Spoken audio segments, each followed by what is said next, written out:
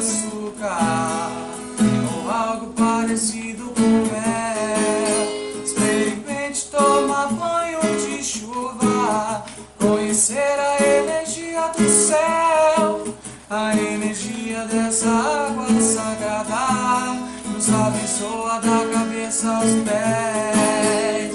A chuva, eu peço que caia devagar, só molhe esse povo de alegria para nunca mais.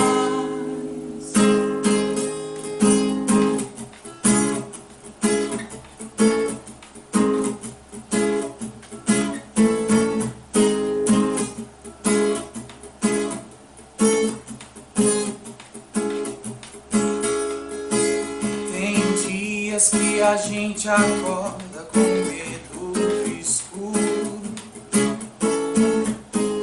tem dias que a gente dorme e sente-se inseguro. Então quando a gente levanta e acende a luz pra ver,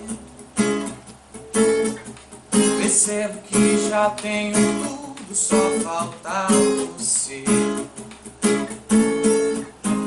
A cor do mar, o céu azul, o vento assopra pro sul, e a cor da areia se confunde com seu